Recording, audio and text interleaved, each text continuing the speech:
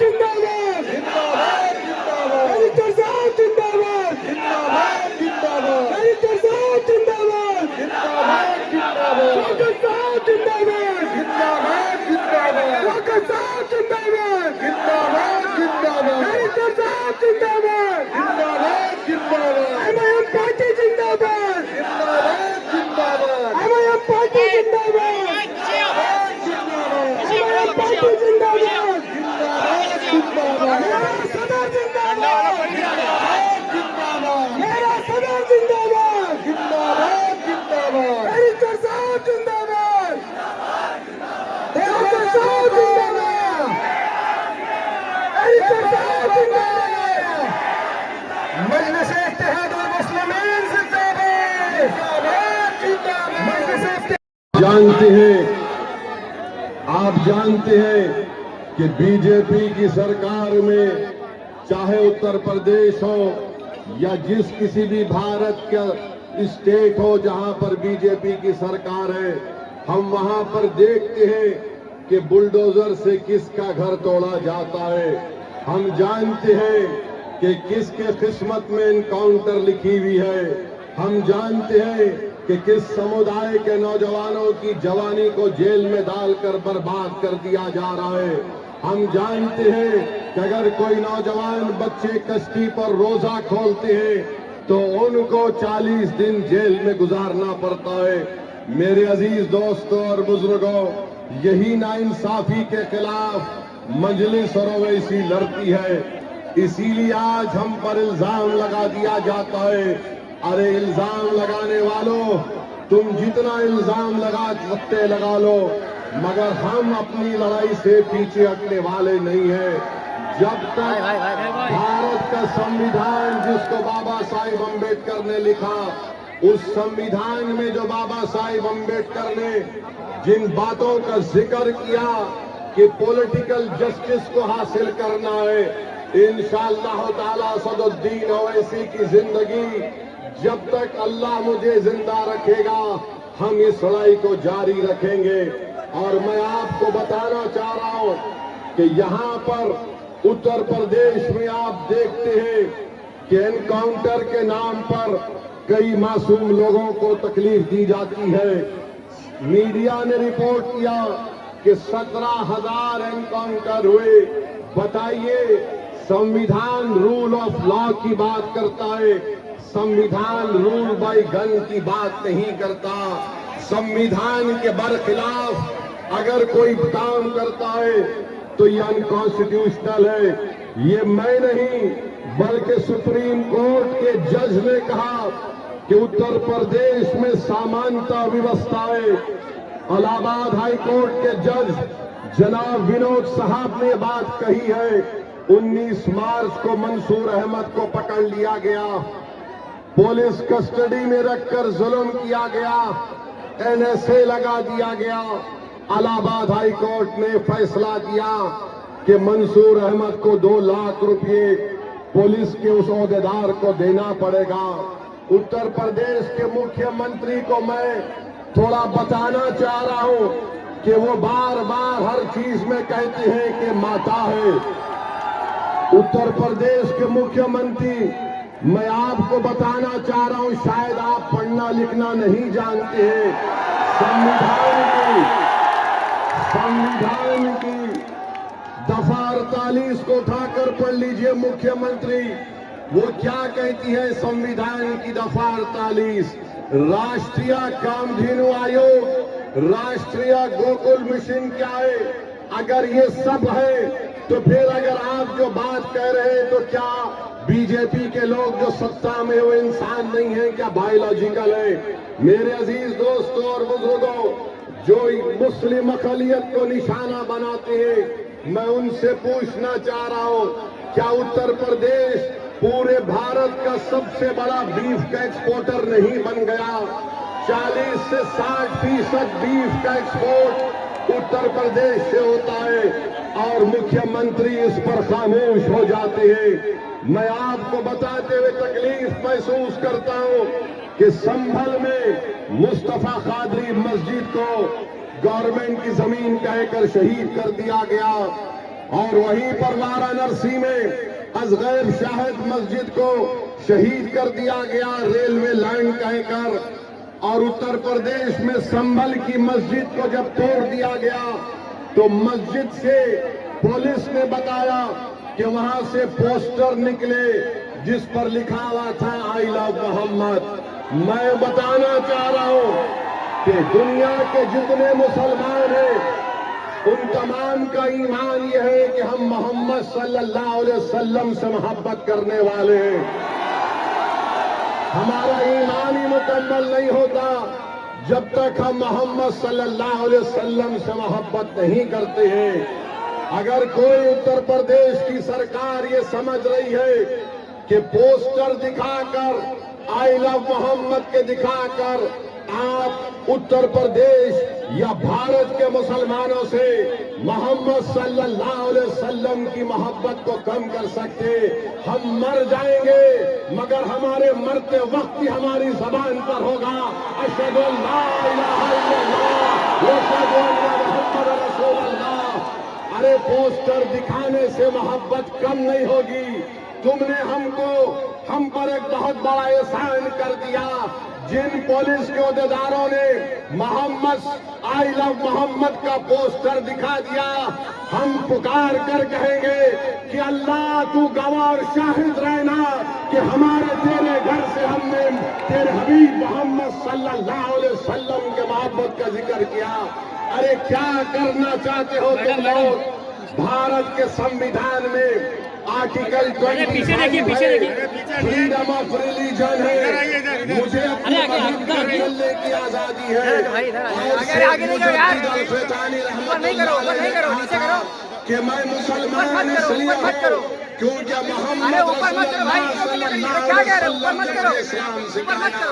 तो ये जुल्म हो रहा है मेरे अजीज दोस्तों और बुजुर्गों, मेरे अजीज दोस्तों और बुजुर्गों। फिर आप जानते हैं कि आए दिन कई न कई वाकयात होते हैं।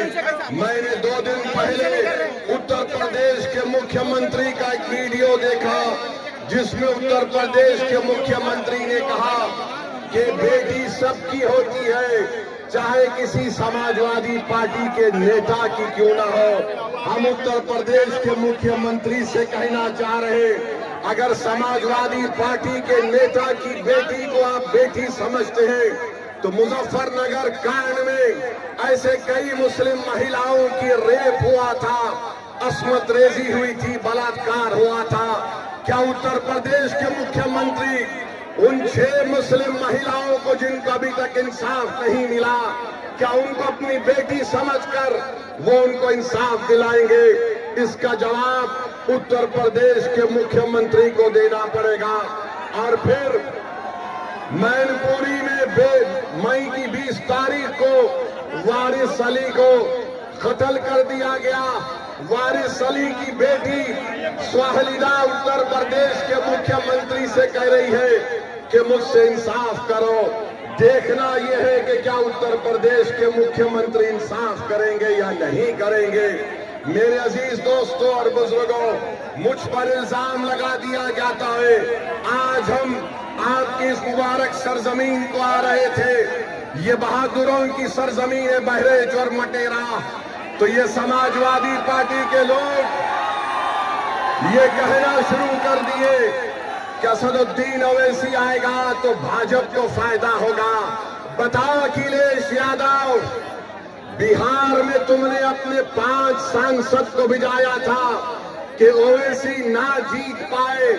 तुम्हारे 5 सांसद सीमांचल किशनगंज में आकर 15 दिन बैठ गए, रोज मीडिया से बात करते, रोज गांव-गांव जाकर जनता को बताते, मगर नतीजा क्या निकला?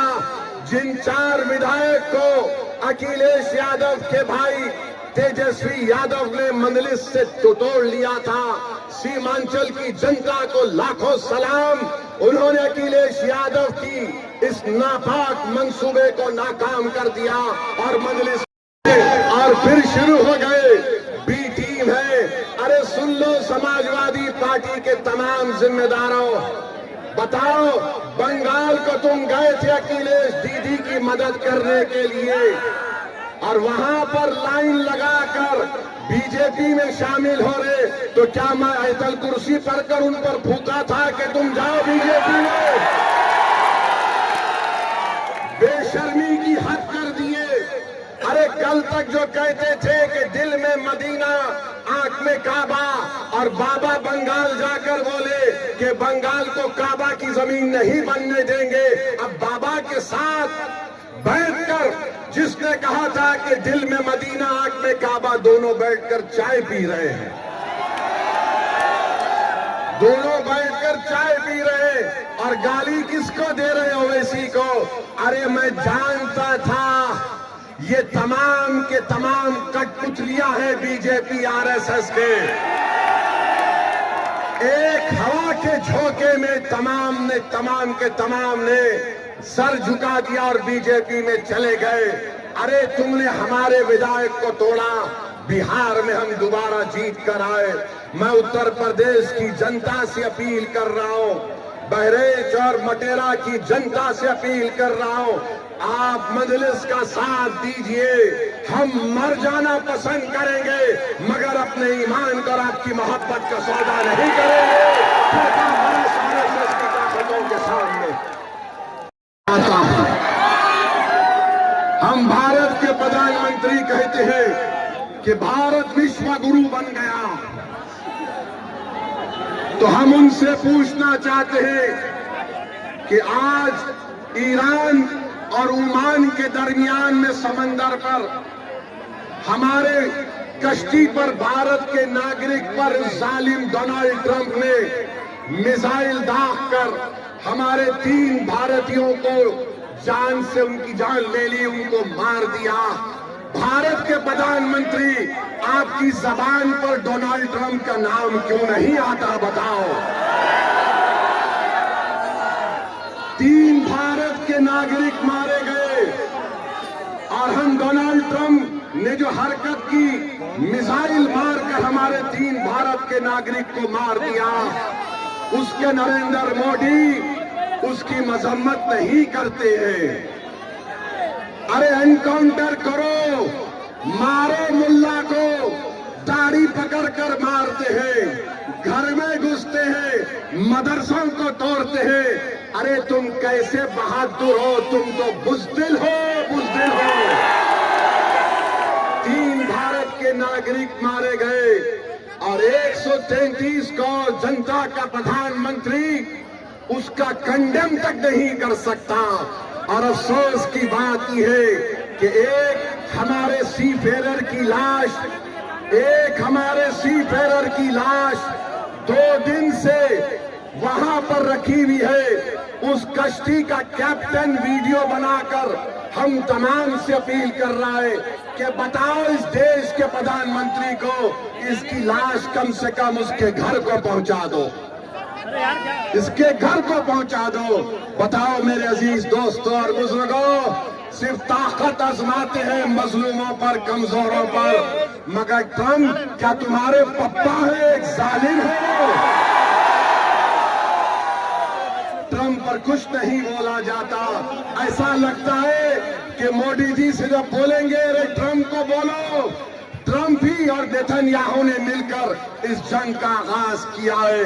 मेरे अजीज दोस्तों और बुजुर्गों, बहरहाल आप देख रहे हैं कि नरेंद्र मोदी के प्रधानमंत्री को बनकर 12 साल हो चुके हैं। कीमती आसमानों को छू रही है, गरीबों के गैस के सिलेंडर कम कर दिए गए, आज हम कर्जों में डूब रहे हैं। बहरहाल मेरे अजीज दोस्तों और बुजुर्गों, मैं यही चंद बातें आपके पास रखने के लिए आया हूं और इंशाअल्लाह ताला आता रहूंगा। यहां से आपकी इजाजत पर, आपकी मंजूरी पर हमने शौकत अली को अपना कैंडिडेट का ऐलान किया और मैं आपसे वादा कर रहा हूं कि इंशाअल्लाह ताला मटेरे में, बहरेच में और पूरे उत्तर प्रदेश में हम अपनी इत्तेहाद की ताकत पर पूरा गेम बदल देंगे, पूरा गेम बदल देंगे इंशाअल्लाह ताला। और अपने सेल फोन की लाइट खोलकर दिखा दो कब के बार उत्तर प्रदेश में मजलिस का परचम लहराएगा। जाएगा इंशाअल्लाह ताला। पूरी सेल फोन की लाइट खोल कर बता दो, सारे उत्तर प्रदेश और भारत को मालूम हो जाए कि बुलडोजर से नहीं डरने वाले, हेलीकॉप्टर से नहीं डरने वाले, आईना मोहम्मद बोलने से नहीं डरने वाले हम तमाम हैं। नारे तकबीर, अस्सलाम वालेकुम रहमतुल्लाहि व बरकातहू। आराम से अपने घर को जाइए, सुकून से जाइए, अल्लाह आपको सलामत रखे। अस्सलाम वालेकुम। मगर कारनामे कोई और करता है। बताओ अखिलेश यादव, जो ममता बनर्जी के 20 MP चले गए, क्यों गए वो? उनको कोई कुछ नहीं बोलता। और असदुद्दीन अवैसी आपके हक के लिए, आपकी सियासी लीडरशिप के लिए आ रहा है, तो इन सबको डर लगता है।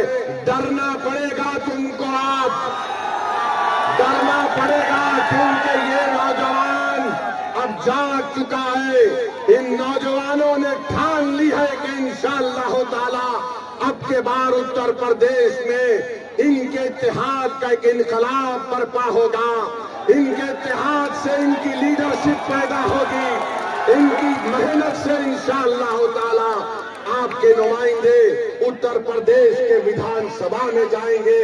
और समाजवादी पार्टी के ये जो लोग हैं, पिछले 20-25 साल से यहाँ पर यासिर शाह और उनकी फैमिली को आपने बड़ी वफादारी के साथ वोट दिया है।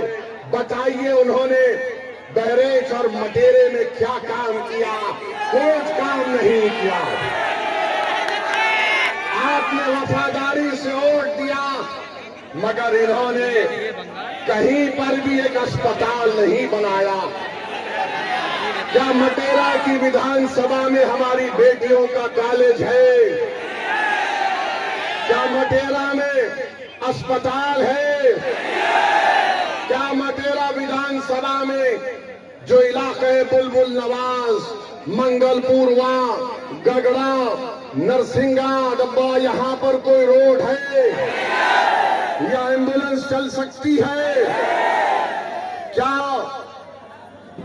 इन सब चीजों को आप देख रहे हैं?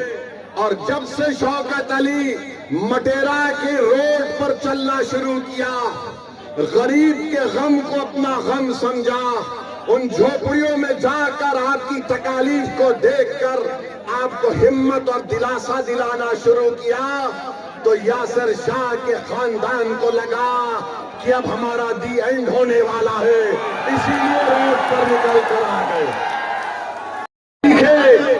मगर जब अवैसी की पार्टी का एक सिपाही आपके इत्तेहाद और आपके ताकत को दिखाने के लिए परचम लेकर आता है, तो लखनऊ से अखिलेश कहता है अगर यहां से शौकत निकल जाएगा तो फिर हमारा तमाम किला मिस्मार हो जाएगा।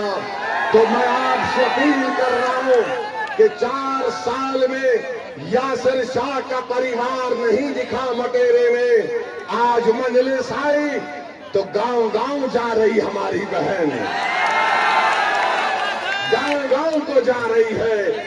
अरे अखिलेश यादव सुन लो, इंशाअल्लाह ताला सिर्फ मटेरा विधानसभा नहीं, उत्तर प्रदेश के बहुत सारी विधानसभा पर यही माहौल बनेगा जो आज हम यहाँ पर देख रहे हैं। तो मेरे अजीज दोस्तों और बुजुर्गों, मैं आप तमाम से एक बात की इजाजत लेकर इस बात का ऐलान करना चाहता हूं कि आने वाले विधानसभा में क्या मैं शौकत अली को यहां से आपका कैंडिडेट घोषित करूं? क्या आपकी इजाजत है कि मैं शौकत अली को कैंडिडेट बनाऊं? क्या मैं इजाजत है आपकी?